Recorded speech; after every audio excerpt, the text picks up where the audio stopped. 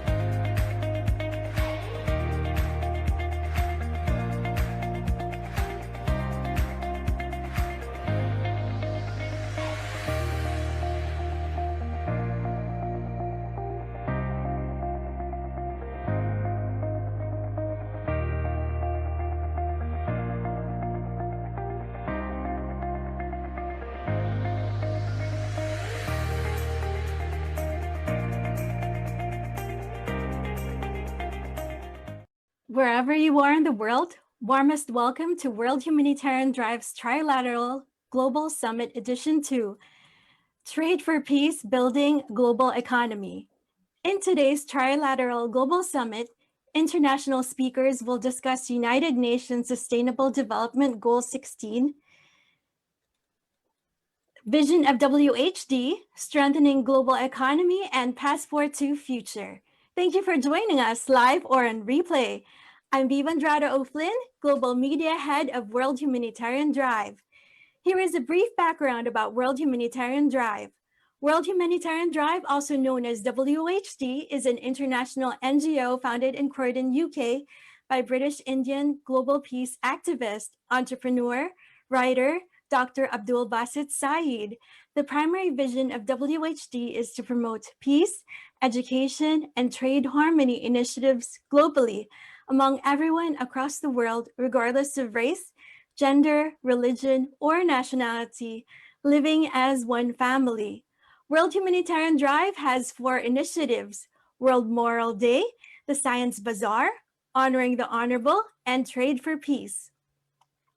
Today, our focus is Trade for Peace, an initiative of WHD to build trade harmony by breaking down silos of trade to innovate opportunities for establishing interdisciplinary approaches on levering the multilateral trading system and security to develop a fair trade cycle to strengthen our world economy and peace. We would like to thank the following for making this digital global summit possible. Those working behind the scenes, WHD's tech team headed by Director of Global Operations, Ms. Sarah Wilson, our media and event sponsors, TV Bricks International Media Network, Doha Bank, there's so much to look forward to, Universal Peace Federation, International Diplomatic Club Amicability, AAFT University, Muse Abode, all our honorable guests and speakers, and especially to you watching this. Before anything else, let us introduce WHD's founder and chairman, who brought to life World Humanitarian Drive 3 years ago. Dr. Abdul Basit Syed is a world-renowned British Indian social activist and entrepreneur, property and business consultant, vice president at Space Kids India, vice president at International Diplomatic Club Amicability, steering group committee at Faiths Together in Croydon, trustee at Universal Peace Federation, the founder and chairman of an international NGO, World Humanitarian Drive, an organization with 3 important objectives: peace, education, and trade harmony. We now proceed with Dr. Abdul Basit Syed to give the welcome address. Thank you so much, Viva. It's an honor and pleasure to convene the Trilateral Global Summit, which is a summit to promote the idea of trade for peace. This initiative we started in the year 2019 in the hearts of the British Parliament.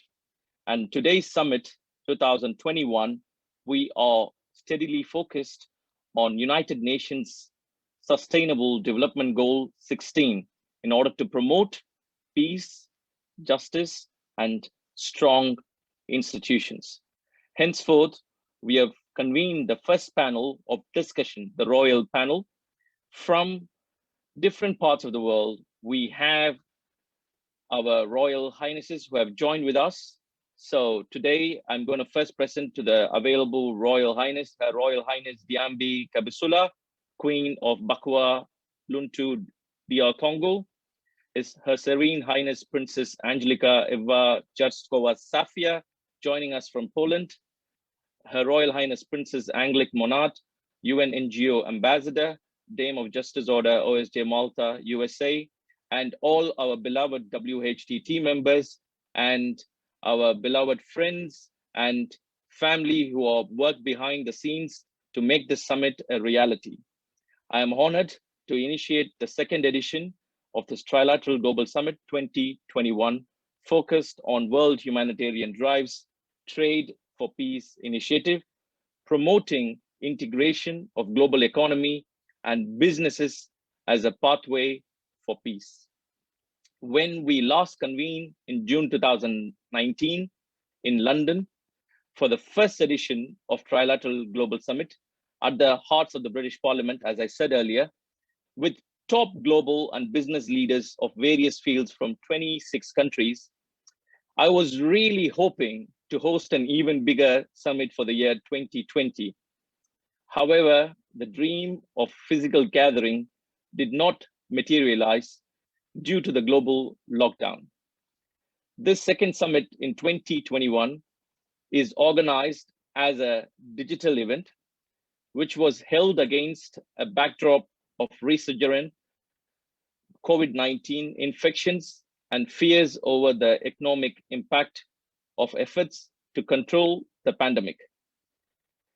While we could have, of course, preferred to share ideas with great and good of UK business in person, I'm confident our discussions of today on stage and off will be vibrant and engaging as always. WHD is focused on three core principles: peace, education, and trade harmony. And we imbibe all three in our commitment to the followers of WHD. And I'm articulating my convictions that WHD will continue in its pursuit of its highest standard of excellence in striving for humanity. Henceforth, without further ado, I am going to introduce our honorable speakers. I'm going to give the platform to Viva to introduce the honorable speakers of today on the Royal Panel. So thank you once again for joining us from globally, and we are honored. Thank you. Dhanyavad. Thank you, Dr. Abdul Basit Syed, for making everyone feel welcome in your address and opening our Trilateral Global Summit. Now let's proceed with Trilateral Global Summit Session 1, United Nations Development Goal 16, which is about peace, justice, and strong institutions with the Royal Panel. We are very honored to have with us the Royal Panel, His Royal Majesty TORGBI AGBESI AWUSI II, Her Royal Highness Diambi Kabatsuwila, Her Serene Highness Princess Angelica Ewa Yaroslawska Sapiha, and Her Royal Highness Princess Angelique Monet. To discuss with us United Nations Sustainable Development Goal 16, our first speaker is His Royal Majesty TORGBI AGBESI AWUSI II. He is an educationist, a traditional ruler, and a businessman.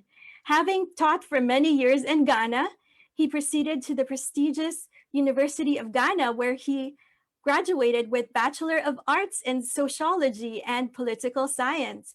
As a trained freight forwarder of international repute, he founded EDA Express Services Limited. He became an established force in the global logistics and supply chain industry by being president of the Elite International Shipping Company, LLC, a distinguished freight forwarding company based in the United States of America and as a chairman of Ghana Institute of Freight Forwarders. His Royal Majesty TORGBI, until his installation as the Awadada of the Anlo state in the Republic of Ghana, has contributed in no small measure to the promotion of international trade in Ghana. Let us all welcome His Royal Majesty TORGBI AGBESI AWUSI II to give his speech.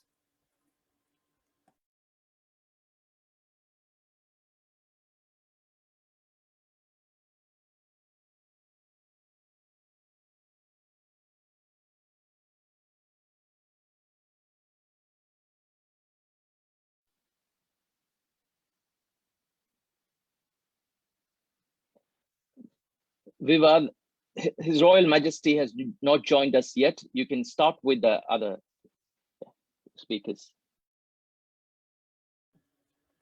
Okay, thank you so much.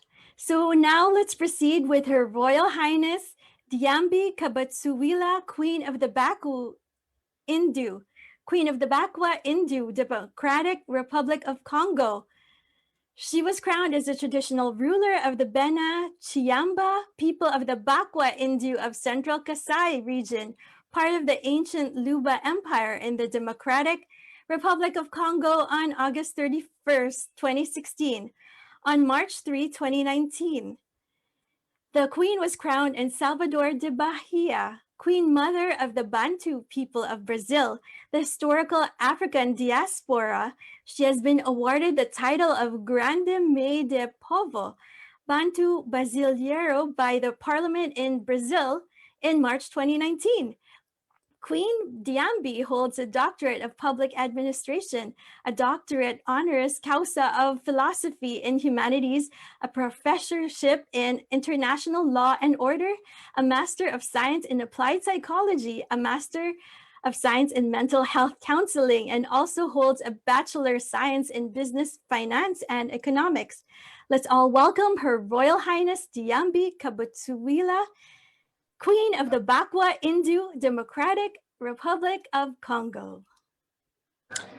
Hello, everyone. It's such an honor to be here on this panel with you. Thank you, my distinguished host, Dr. Syed, and everybody that is on the panel, distinguished guests and excellencies and royal highnesses. I am very, very happy and to be here with you today to discuss about, Sustainable Goal 16, and of course, all the sustainable goals as well, because, nothing is on its own. The first thing I want to say is, please forgive me for the noise. I'm in Greece right now, and I'm actually in a meeting. I just stepped out of the meeting so I can be part of this also beautiful conference, because I want to be part of this discussion. And I'm very honored and very pleased that I am a guest to represent, Africa and my people. And as a royalty, many people don't know that Africa still has royals. Many people think Africa is just composed of those nation states that are known to the world today. But Africa has a really long history of thousands and thousands of years of an immense rich culture and achievements that are really not well known to the world. And I am an example of one of these people of Africa, the Bakwa people of Kasai, who belong to the greater, Luba Empire that used to be in all the way till the 19th and 20th centuries. So we are still there. The kings are still working for the population. We are what we call the power of proximity. So we are really involved into community work. And I think that when we're talking about sustainability, we have to think about a development from the bottom up rather than from a development from the top down. So in our communities, we have a lot of responsibility to see that our people get the benefit of everything that we can bring to them. So when we talk about development, oftentimes development and sustainability is almost like an oxymoron when we look at it under our perspective. Because, if development is only based on the values of the Western paradigm of saying, let's say developments is roads and buildings and cars and machinery and industry, sometimes it's like, how does that work with being sustainable? Because obviously when we look at the model of development of the Western world, and I'm talking about Western world and I'm extending it to Asia as well, or Russia and Asia and India, there is very difficulty to see how sustainable could this model be? Because we still, using the ancient model, not caring so much for the environment and not caring so much for wellness. We don't measure wellness, we only measure profit. So long as we are in a system where it is only profit-based economy, it's going to be hard to, superimpose those two values of development, which is profit-based economy, development, and also the other values, which are sustainable value like environment and also people wellness and well-being. So this is where I believe people like me come into place, because we have to look at different cultures and what is development means to us. So development for me and for my people who are very rural people and live in a very, pristine natural environment that has not been affected yet by the drive for industrialization, it's a different idea when we talk about development. Development for us is how can we live better in our communities without, affecting the environment so bad, and without also disrupting, the way of life of the people that have been living like that for thousands of years. So I have villages and I have a lot of agricultural land. So development for me, it really has to be the fundamental value have to be about the people's happiness first. So people are happy not necessarily because they can fulfill all their material needs as it is forecast or foreplayed in the Western paradigm, where it's like buy more stuff, own more things, have access to more stuff, has access to more things. It's not necessarily one of the most paramount value of development. For us, development is how do we do it so the community as a whole can benefit from whatever we're bringing in without destroying the environment and without decaying the lifestyle and the culture of the people.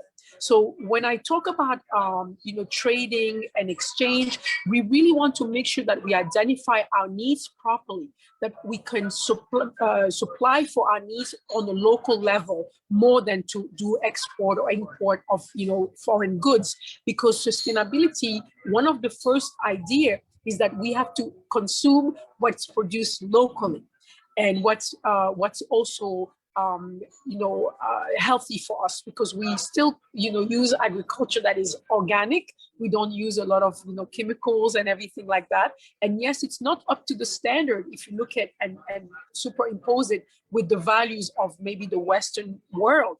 But for us, it's what we call sustainable because we've been doing these kind of things for thousands of years. So I think that the cultural element has to be in place when we define what development means. Because if development is only something that is measured with tools and measurements of what the Western paradigm offers as being development, then we might not be able to do a sustainable development. So sustainable development will also have to incorporate different values, more variety, more diversity into the way we design our measurement tools and how we forecast ourselves into the future. So education, of course, is a big part of it. But education has not to be only in one way. When we look at Africa, oftentimes people think that they have to bring us stuff. They have to bring us education, they have to bring us healthcare, they have to bring us, and everything seems to be coming from outside into Africa. And very seldomly do we speak about a voice on saying, no. Africa also have to have indigenous and endogenous models of development that works best in the framework of the environment we have and the cultural environment we have. So Africa is also a bearer of different perspectives and different way of looking at tackling a problem. And I think that for too long, Africa has been put aside from the discussion. And if we were the poor parent of humanity and we don't know much about what the future holds, and we have to be dependent on the vision of other people for Africa. Unfortunately, this is not going to work for Africa, and this has not really worked well for Africa. So I am one of those voices that do encourage humanity to take a second look at Africa and to really understand Africa better, to really bring about, a broader perspective of the African experience all across the world.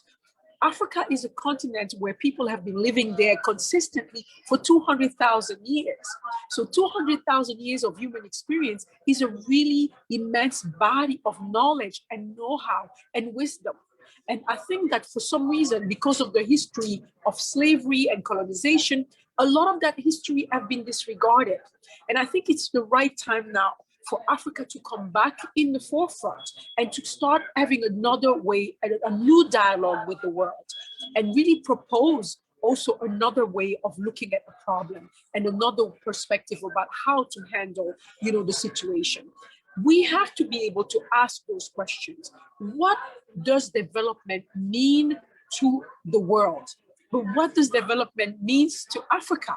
Because we may have another take on what is it that we can look for the future of our children and of our land. So the model of development that has been now proven to be flawed in so many ways, we have to revise it. And to revise it, we need the input of other people. We need diversity in the way we set the standards. And for too long, the voice of Africa has been in the back burner, as if it wasn't existent, because we were basically always waiting and seeing that, the diktats of other people, of other culture. And today, I think the situation, the global situation with the pandemic and also the economic turmoil that the planet is going to engage into because of, the aftermath of the COVID pandemic and how we handled it, is going to be a very promising terrain for more diversity to come around the table to discuss about the future of humanity as a whole. My greatest dream is to really have Africa back around the table of discussion with all the body of knowledge that we have accumulated over thousands of years, with all the wisdom, with all the understanding of how nature works, with all the different type of society and culture that we have been able to develop, to bring that wealth on around the world stage so that we can also be part of inspiring a new way of looking at a problem. Today, the pandemic has highlighted very interesting things about the model of development we have chosen. We look at the map, the world map, and we realize that most of the country that has been the most brutally touched with the pandemic are those countries that we call super industrialized countries. And it's quite interesting to see that despite all the material wealth accumulated, despite all the access to the most sophisticated healthcare, despite the fact that the food is readily available, despite all of that, those countries were the biggest hit during this pandemic. And this is revealing that maybe the lifestyle that is the product of this development model is a lifestyle that is not conducive to sustainability.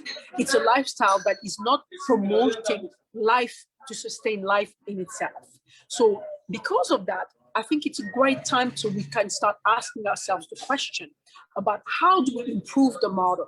And we can only improve the model if we are welcoming of diversity, if we understand that the other cultures around the world that have not been privy to impacting the model of development can now come around the table and propose alternatives.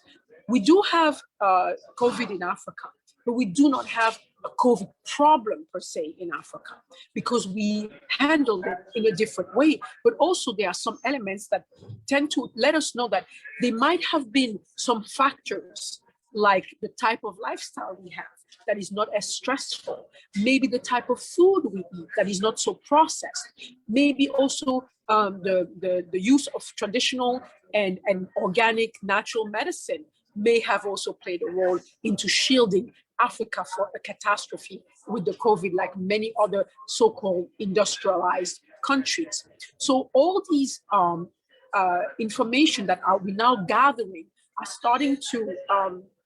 starting to give us an opportunity to start a new reflection.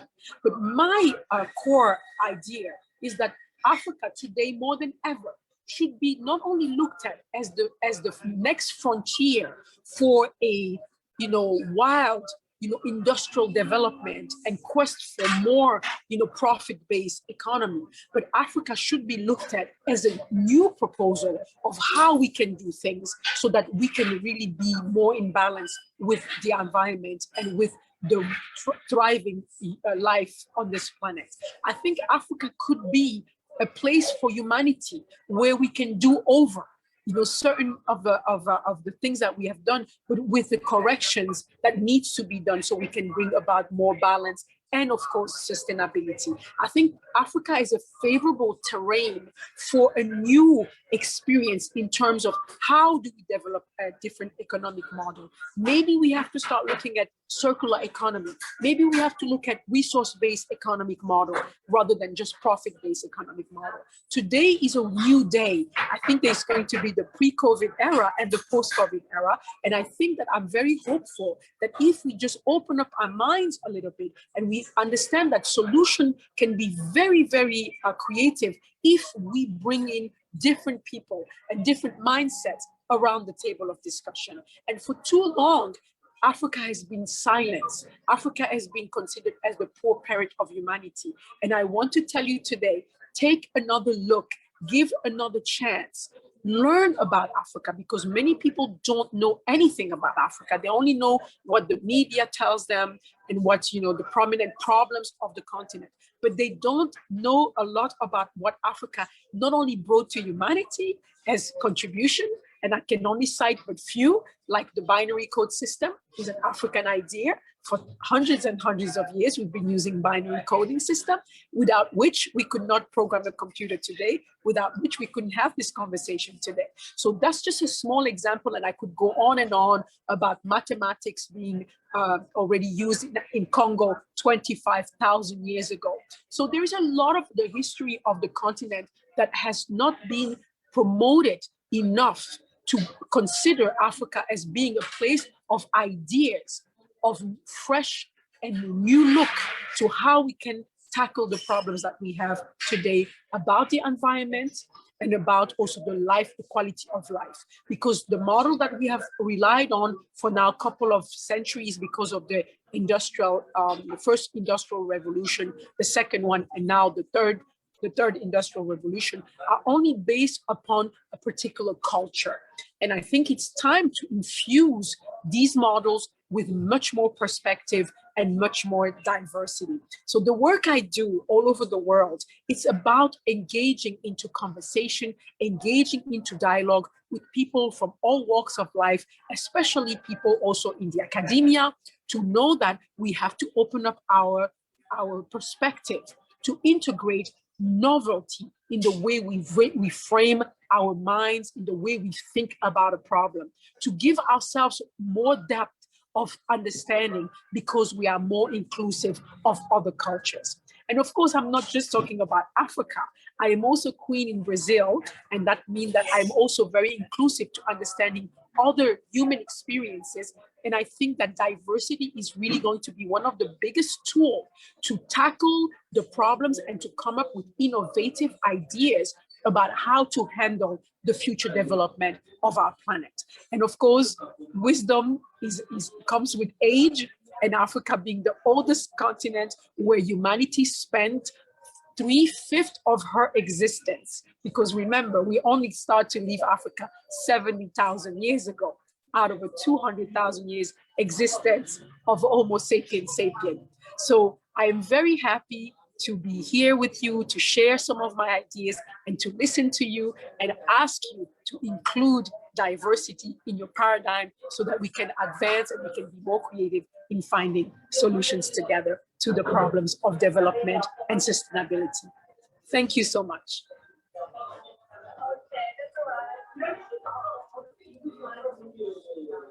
Mercy Batondi Natondi. Thank you, Her Royal Highness Diambi Kabatusuila, Queen of the Baku Indu Democratic Republic of Congo and Brazil, for sharing your dreams and hopes for Africa, and also on peace, justice, and strong institution.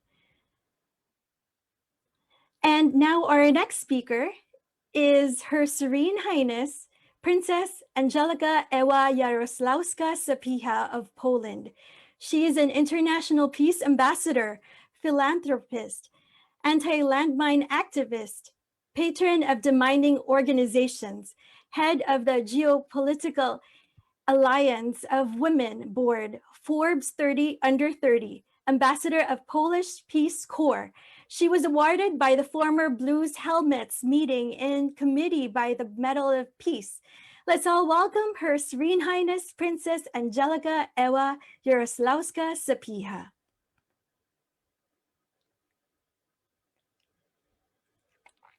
Sorry, Princess, you're on mute.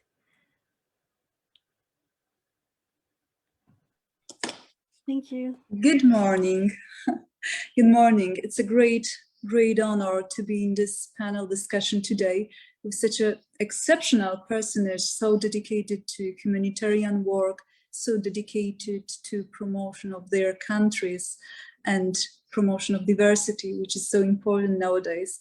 I was very moved and touched by this inspiring speech of Her Royal Highness. I strongly believe that women can be a pacifying force. I'm the head of the Geopolitical Alliance of Women Board, and our representatives each year participate in the session of the Commission of the Status of Women in United Nations.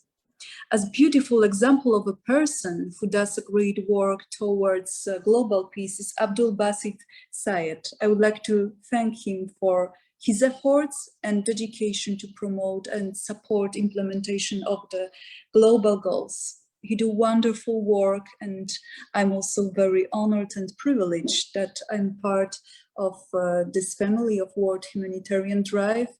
I think that it's so important these days, especially during COVID-19 era, that despite of the fact that we are in the different places around the globe, we are together to discuss the global goals, which are our absolute priority. I'm International Peace Ambassador, but also an ambassador of the Polish Peace Corps. Under this organization, which works since 2013, we help those in need from different parts of the world. We have provided professional medical equipment to several hospitals in Ukraine.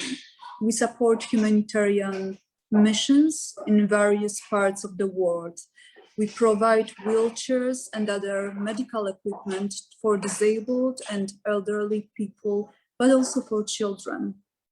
For several years now, the anti-landmine campaign has been one of my priorities and one of my most important humanitarian activities. I support mine clearance organizations around the globe. I'm a patron on Cambodia Self-Help Demining, Cambodia Landmine Relief Fund, Cambodia Landmine Museum. Landmine Relief Fund is very important these days because during the COVID-19 era, organizations which are working every day to clear Cambodia, to clear the world from landmines, needs our support. So I strongly encourage everyone to learn more about the work of the Landmine Relief Fund, because many communities around the world are affected by landmines. Anti-landmine campaign covers most of the SDG 16 targets. In 2020, 60 million people have woken up in a fear for their life and health due to anti-personnel mines. 80% of recorded landmine victims are civilians, and 33% of recorded landmine casualties were children. Landmines are planted in fields, forests, around water sources. That is why I believe that one of our main goals as a humanity should be this goal: to clear the world from landmines. It means that the landmines are making grounds, fields, water sources unusable or usable at great risk. One mine cleared means one life saved. I'm always open and dedicated for activities and work towards peace and demining. And I'm very honored to be with you today to share these goals, which are the most important for me in my work, in our work. Thank you for support, especially for anti-landmine campaign, but also for the work for Polish Peace Corps, for the work of the mining organizations around the world. Just a few days ago, many deminers have been killed in Afghanistan. So this work in the field is very hard, but I believe that it's one of the greatest goals for us as a humanity to be sure that no children suffer from landmines, that there are no children around the world which are waking up in fear of being killed or injured by landmines, because landmines hurts bodies, minds, and hearts. Thank you so much, and I'm always at your disposal for any activities towards world peace, for many activities both in humanitarian fields to support vulnerable communities, but also for the anti-landmine campaign. Together, we can make it happen.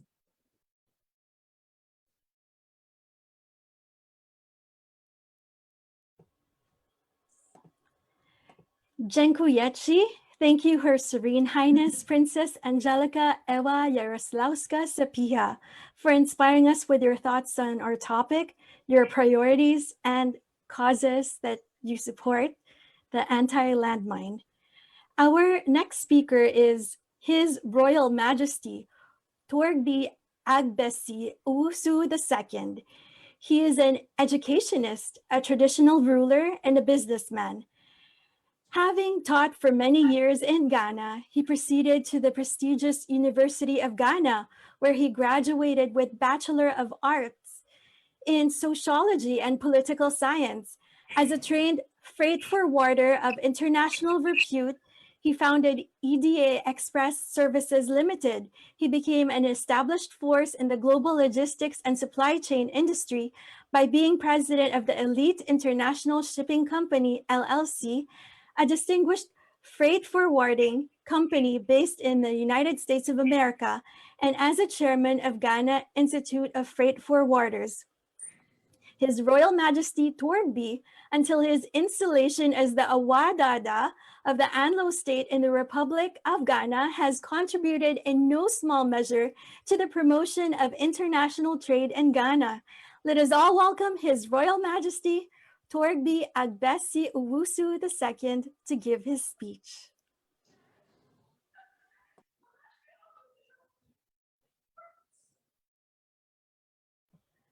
Sorry, you're on mute, King, Your Royal Highness, Your Royal Majesty. Thank you.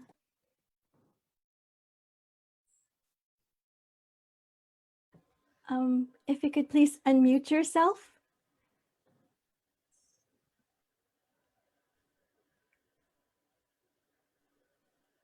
I'm sorry, you're in mute.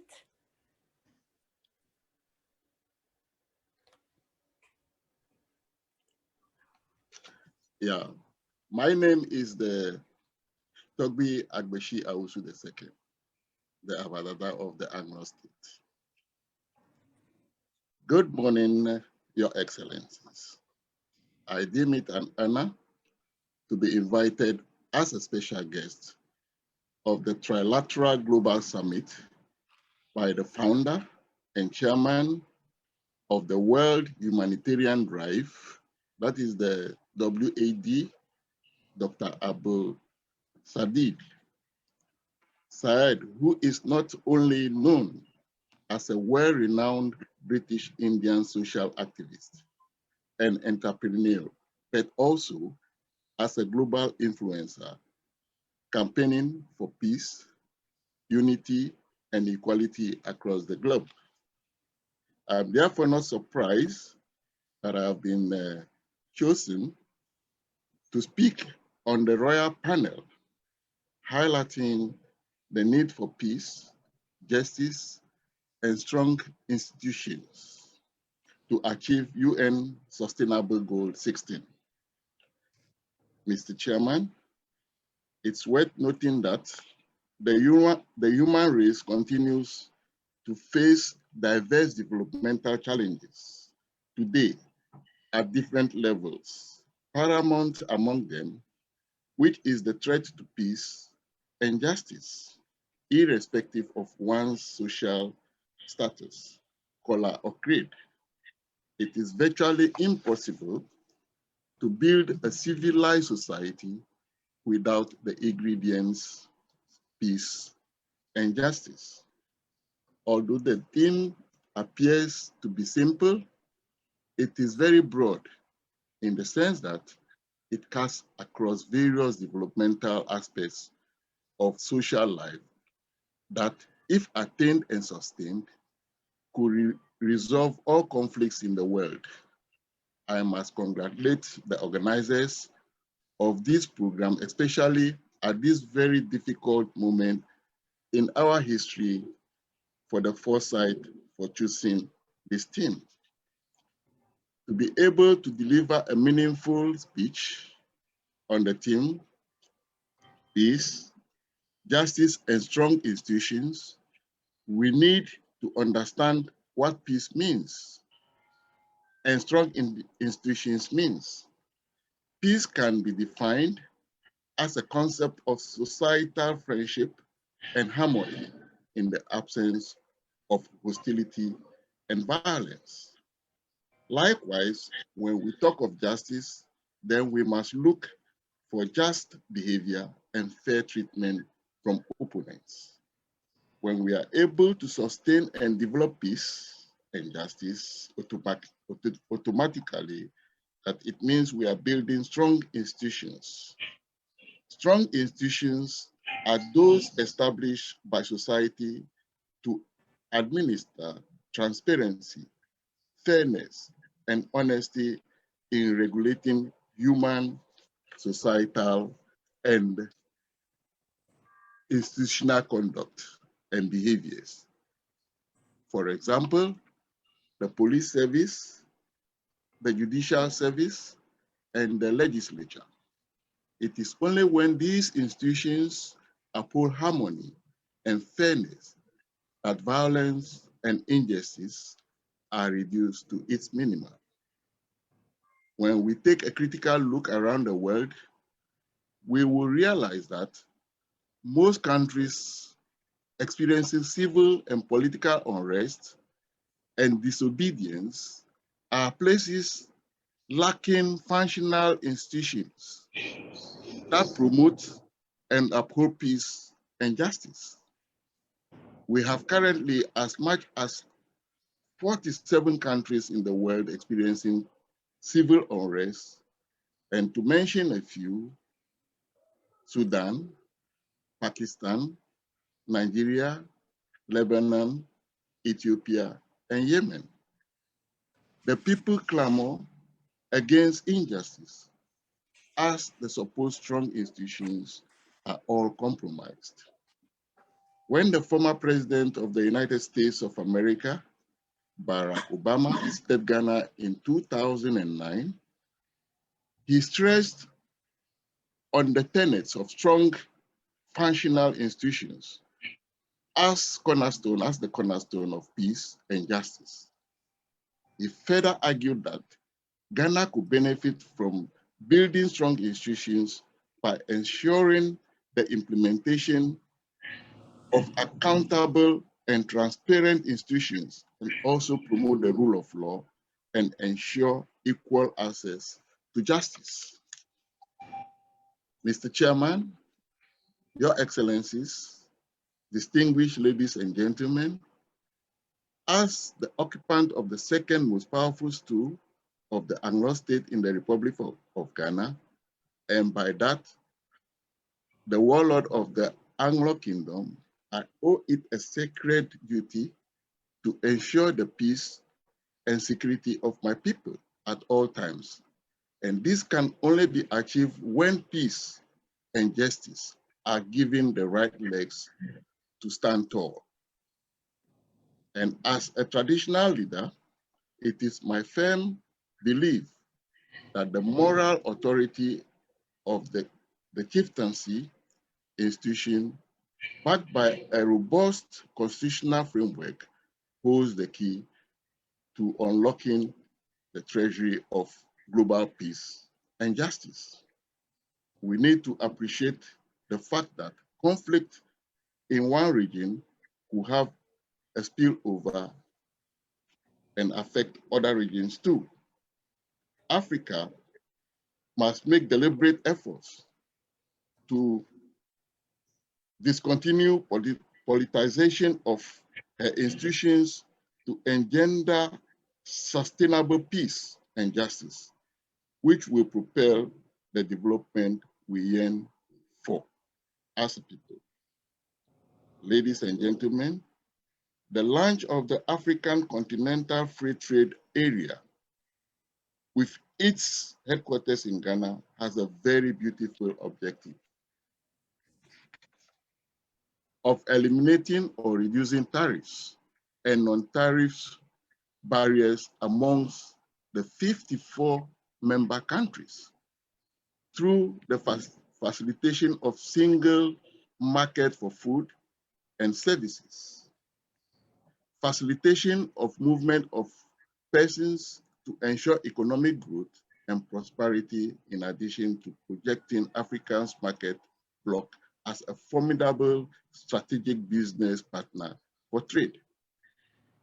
The question on the minds of many is how can we realize this laudable objective in the face of many civil and political unrest in many parts of the continent? Civil society organizations like the World Humanitarian Drive, state institutions, the media, and other multilateral institutions, especially the United Nations, the International Criminal Court, and others, should ensure steps are taken to achieve peace, justice through the promotion of rule of law in society, and ensure that everyone gets access to justice. The need to curb the cancerous cells of bribery and corruption is very imperative. We collectively need to protect children from abuse, exploitation, trafficking, and violence. Mr. Chairman, there is also the need to ensure public access to information and protection of fundamental freedom for all people, irrespective of one's status in society. As global citizens, let's build institutions strong enough to cultivate political regimes if we want to be deliberate in our collective quest for development in line with UN Sustainable Development Goals.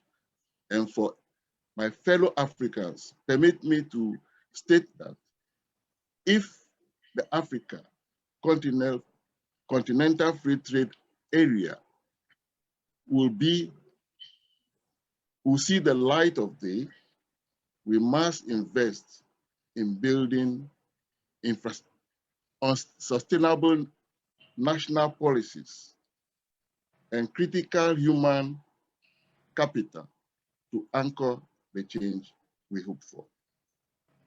Let me conclude by thanking the World Humanitarian Drive for the honor and opportunity, especially Dr. Abdul Basit Syed, the organizer of this summit, and his other executives who contributed to the success of the Trilateral Global Summit. I wish all participants on this platform peace, and may the tenets of justice be our anchor. May God bless us all. Thank you. May God bless us all. Meda wo ase. Thank you to His Royal Majesty King TORGBI AGBESI AWUSI II for enlightening us on our topic, peace, justice, and strong institutions. Our next speaker is Her Royal Highness Princess Angelique Monet, UN NGO Ambassador, Dame of Justice Order of St. Jerusalem, Order of Malta. She is an American multimedia talent and former Miss Black South Carolina and a living legend by HBCU and known as Pioneer in Arts and Entertainment. She is listed as top 25 most famous Angeliques ever and top 5 famous surname Monet.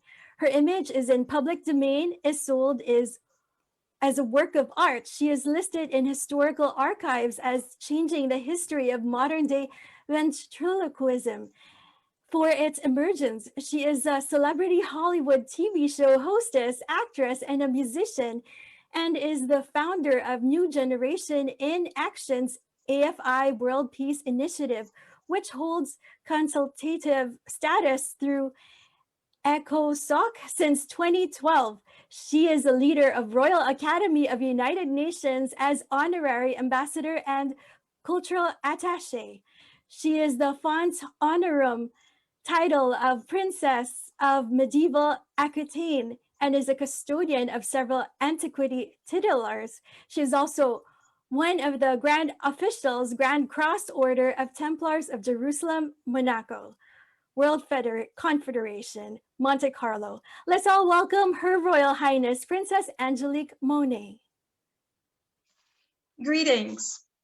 First of all, it's a pleasure to be here again with WHD, my favorite organization in the world, and the work that Dr. Syed Basit does for all of us to make sure that we are creating a diverse world is immaculate. Now, I would just like to ask all of us and our distinguished guest, His Majesty and all the Royal Highnesses and everyone that's watching us here on Facebook, let us give a moment of silence as we usher in a new world filled with love, peace, harmony, and making sure that we do diversity and inclusion.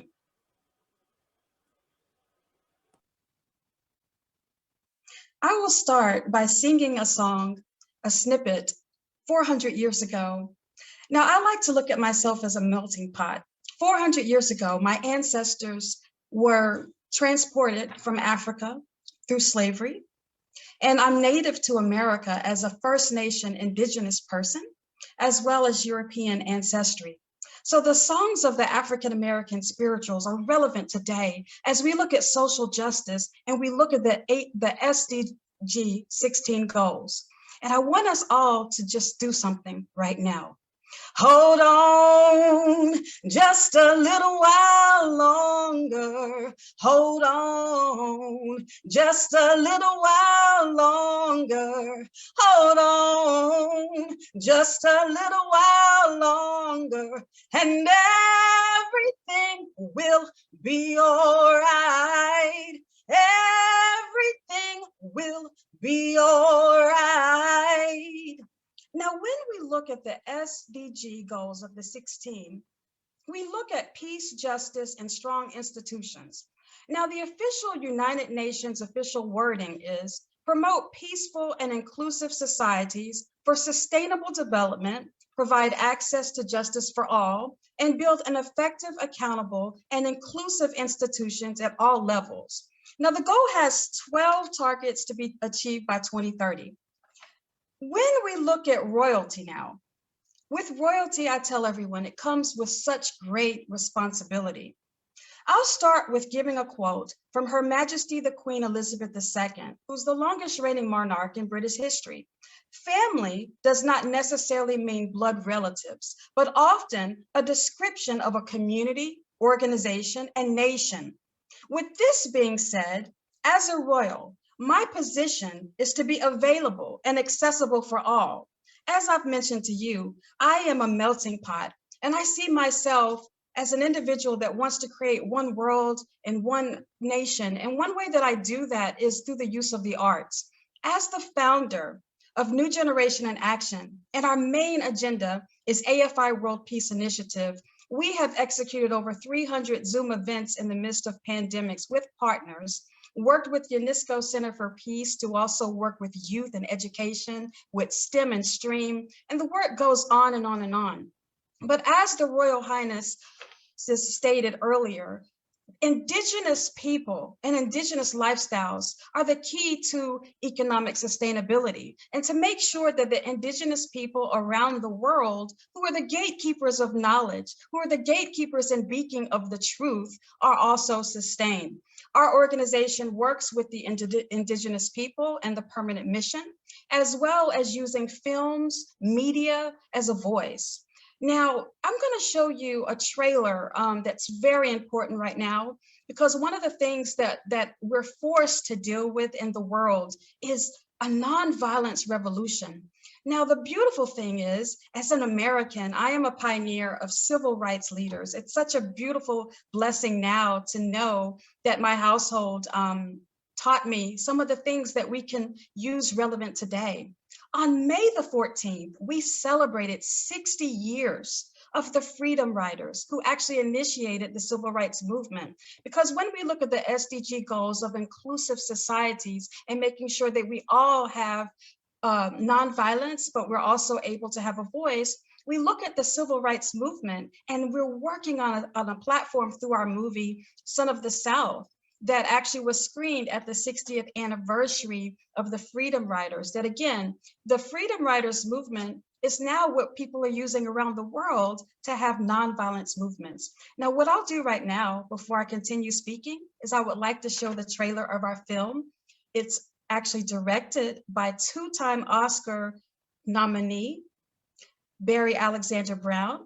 And also Spike Lee is the executive producer of this film. I'm very proud to be the communications director. And also we've been working so hard every week doing campaigns to teach the world through film, we can make a voice. So I'll let the audience see our film now. Trailer. June 22nd, 1961. Can you recall your earliest memories of race? You grab that bat and you do what's right. I don't think so. This is in your blood. All right, this is where you belong, boy. Montgomery's a pretty town. With a pretty ugly side to it. Get out of here!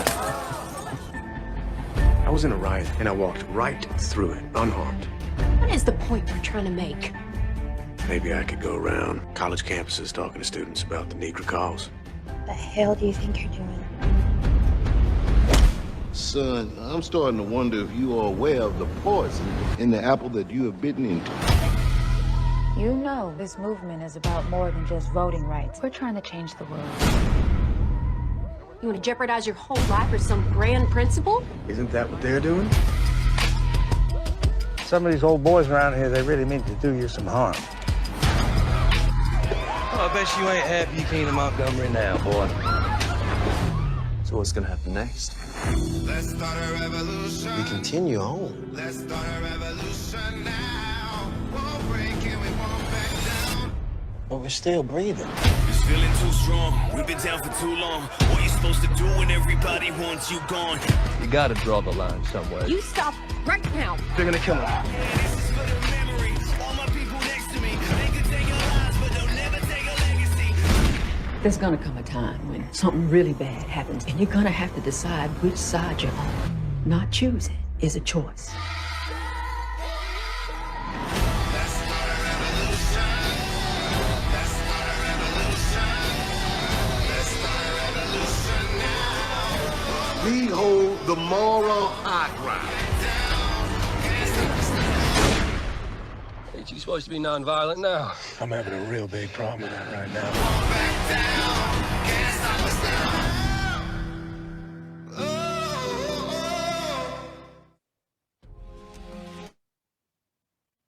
Thank you. Thank you very much.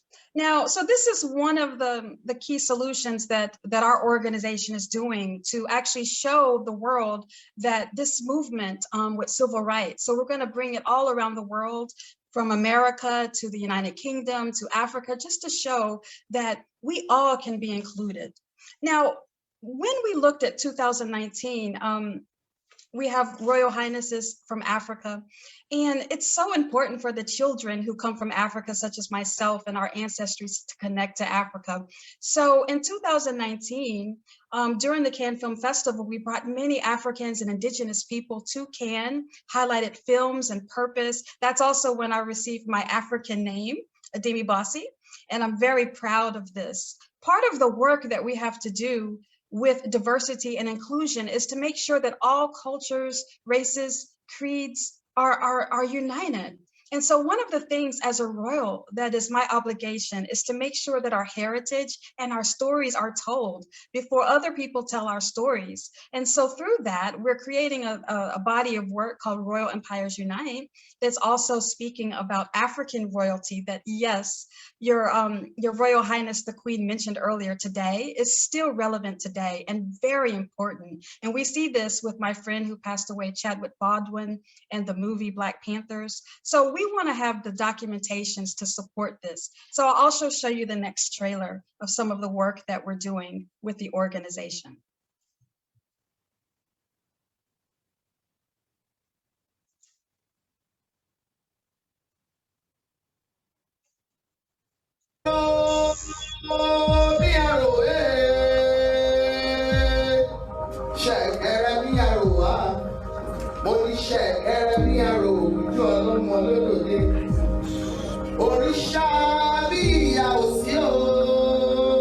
Mama Africa.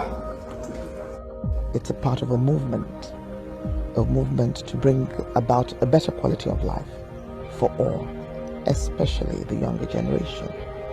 Not knowing colors, not knowing nationalities, she's actually amalgamating everyone into one. Receiving this recognition is very important because we're in an era where we can't control our past, but we can dictate our future.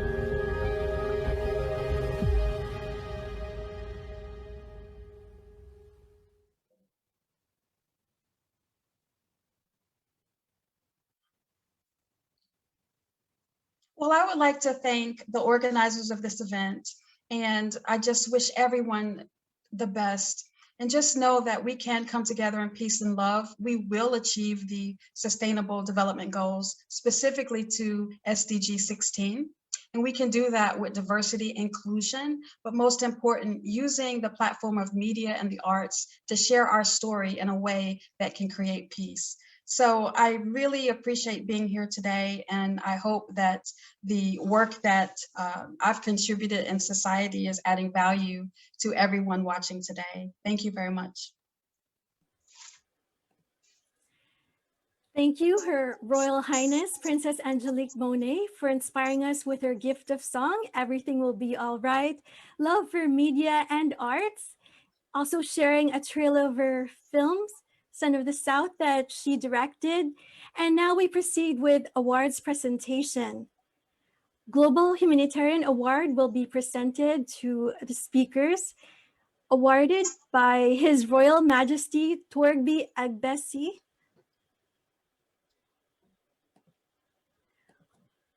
Awusi II will present the certificates to the other three speakers.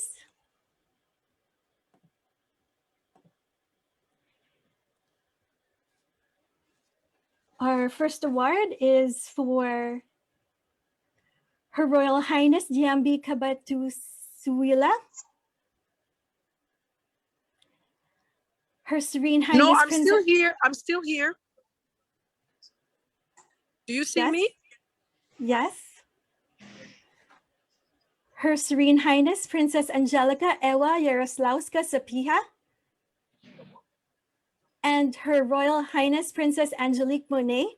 So this honor of international recognition is for your virtue in persistently serving humanity with your noble deeds. Awarded by Dr. Abdul Basit Syed, founder and chairman, and also His Excellency Anthony Carmona, the 5th President of Trinidad and Tobago, at Trilateral Global Summit 2, awarded on the 16th of June, 2021.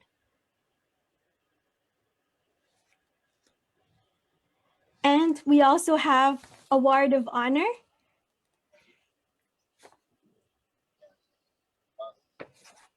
Award of Honor will be presented to 3 people. Dato Shri Dr. Haji Abdul Rashid bin Haji Abdul Rahim of Malaysia. He's the president of Malaysian Islamic Chamber of Entrepreneurs.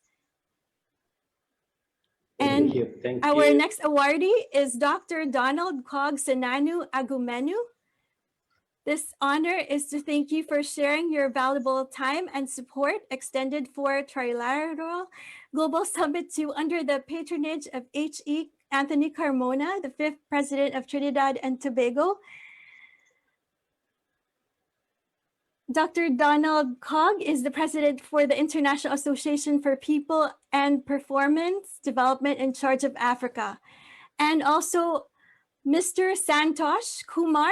He is currently working with Network 18, India's largest news network, as an editor.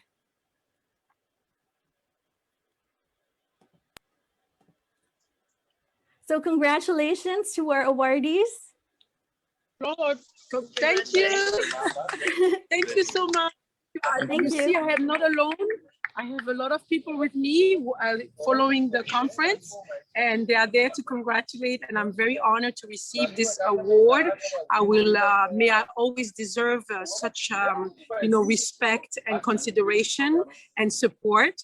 I am happy to count all of you as my friends now, and so we can work together to make things better for all the people of the planet. And again, I want to reiterate that Africa is our home, is the home of humanity, and you are all welcome to Africa. And we need you to be on board helping Africa become the best place for all of us together. Thank you so much. Thank you for the award. Thank you. Yeah, thank you for so the honor. much. I'm actually more grateful for this opportunity.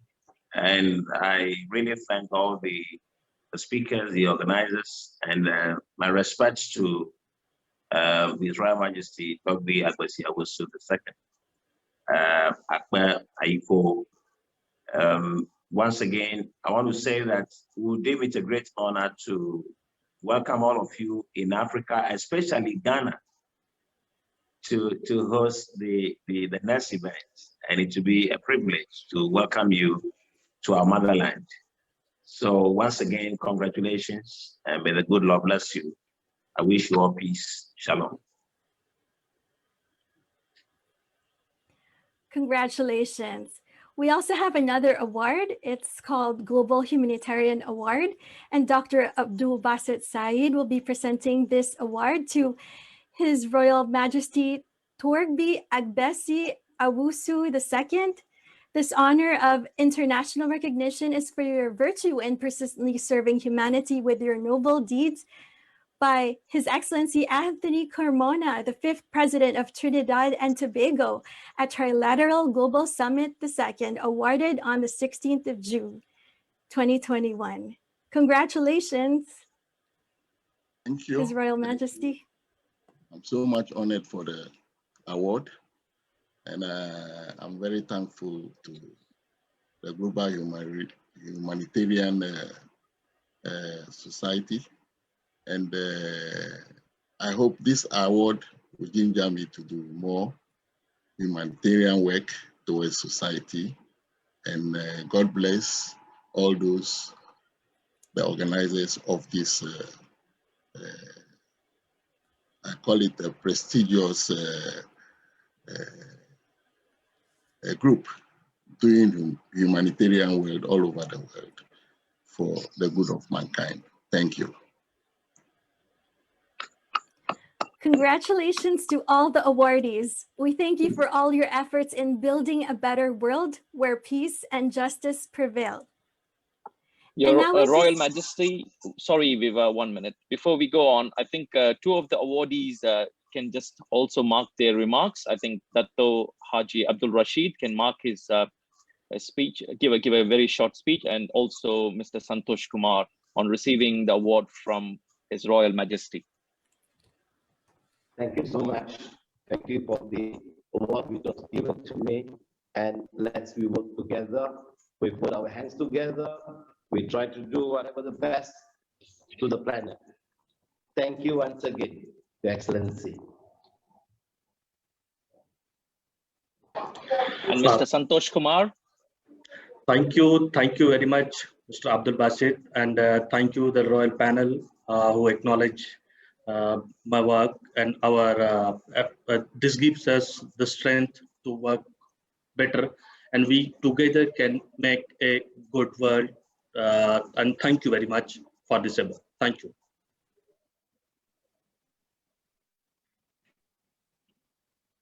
Congratulations to all the awardees. And now we proceed with vote of thanks. Professor Dato Dr. G.P. Doraisamy is a well-known social activist, educationist, advocate and solicitor, motivational speaker, and global business advisor and consultant. He started his career as a trained and qualified English language teacher for the Ministry of Education in Malaysia in the mid-1970s, and later opted to study law in the United Kingdom in the 1980s. Further, in recognition of his relentless continued volunteerism and social services to the nation, he was bestowed with the most prestigious Medal of Datukship, which carries the title of Dato, in the year 2016. He had represented Malaysia for the World Peace Summit in Seoul, South Korea, organized by Universal Peace Federation in 2019, and in the same year, he was duly appointed as the Honorary Secretary General of World Humanitarian Drive, Malaysia Chapter. Let's all welcome Professor Dato Dr. G.P. Doraisamy to give the vote of thanks. Thank you, Ms. Viva. That was fantastic. Good morning, good afternoon, or good evening, because in Malaysia it's almost 5 p.m. Good evening. Well, we have come to the end of the start. Yes, this is the first session. We have three more sessions after this. Distinguished guests,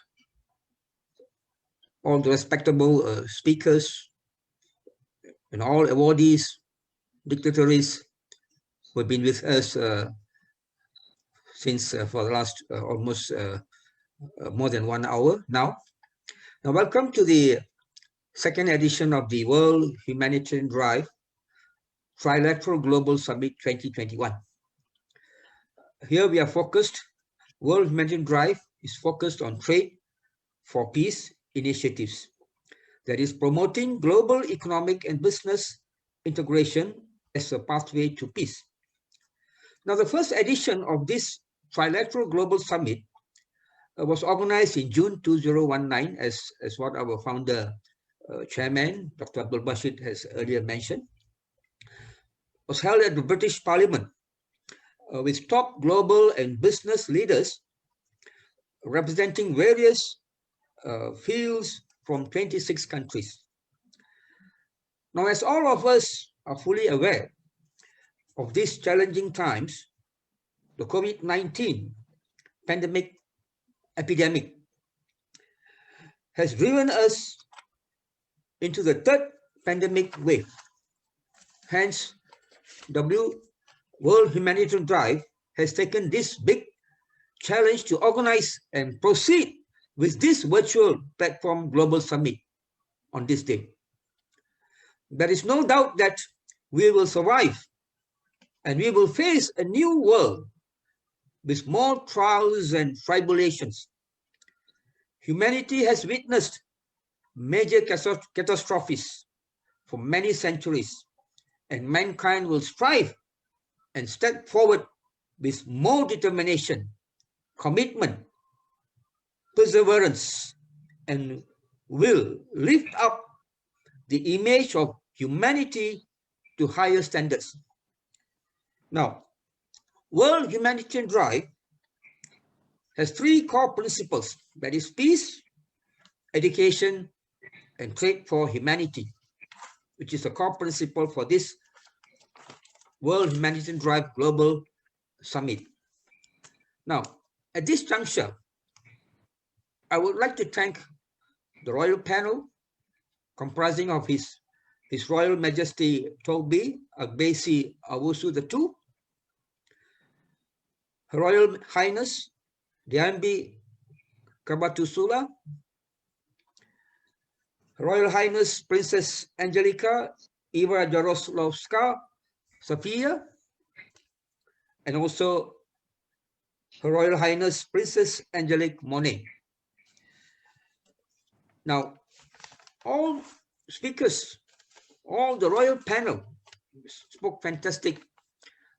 Well, for a moment I thought it's a revisit of late Nelson Mandela or Martin King Luther or even Mahatma Gandhi coming back to this world. Very well speeches. We are very honored to have all the 4 panel speakers in spite of their very, very busy schedule, and they are willing to spend time with World Humanitarian Drive, and we look forward for more of them coming for these humanitarian works and services for the world.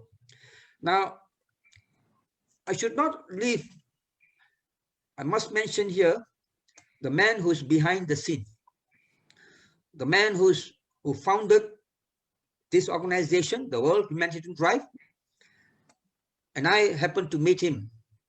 God sent us to Seoul, South Korea, and I met him in South Korea in the year 2019, and that is where he personally offered me to lead the Malaysian World Humanitarian Drive chapter in 2019. Thank you, sir. Thank you, Honourable Dr. Abdul Basit Syed, the founder, chairman of World Humanitarian Drive, the man behind in all this work for the success of World Humanitarian Drive to this level. Now, our moderator, Ms. Viva O'Flynn, she's a fantastic, she's a very professional host, master of ceremony, and thank you, Ms. Viva, for giving us all the support right from the beginning till now. And also, there are quite a number of people behind the scene. Of course, they would not like to come forward, but they're doing so much of work behind the scene. I must mention Miss Sarah Wilson, the global head of technical and operations, and her team. And of course, all the media coverage, personalities, entities, and all Secretary General World Humanitarian Drive chapters around the world. And all of them have been working so hard to make this program or this summit a very successful summit. Now, we thank each and every soul who has directly and indirectly contributed to the success of this summit. Last but not least, in my parting words, let me assure that World Humanitarian Drive will uphold Article 16 of the United Nations Sustainable Development Goals. That is, what we are looking for is peace, justice, and strong institutions in the world. Now, of course, I must thank all the honorable awardees who have been contributing to WHD for all this while. Thanks to all of them all around the world who has been with us. Thank you for your support, for your continuous support. We look forward. And in my parting words, let me quote a wonderful wisdom from the late Dr. Abdul Kalam, the past president of India. Where there is righteousness in the heart, there is beauty in the character. When there is beauty in the character, there is harmony in the home. When there is harmony in the home, there is order in the nation. And when there is order in the nation, there is peace in the world. Thank you. Thank you to all of us. Terima kasih.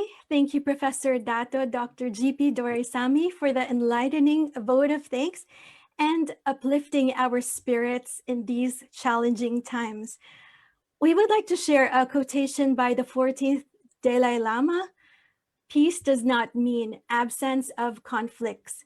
Differences will always be there. Peace means solving these differences through peaceful means, through dialogue, education, knowledge, and through humane ways. And that concludes Peace, Justice, and Strong Institutions, United Nations Sustainable Development Goal 16 with a royal panel. If this discussion inspired you, please like it, share it, send us a comment. Also, do share with us your takeaways from today.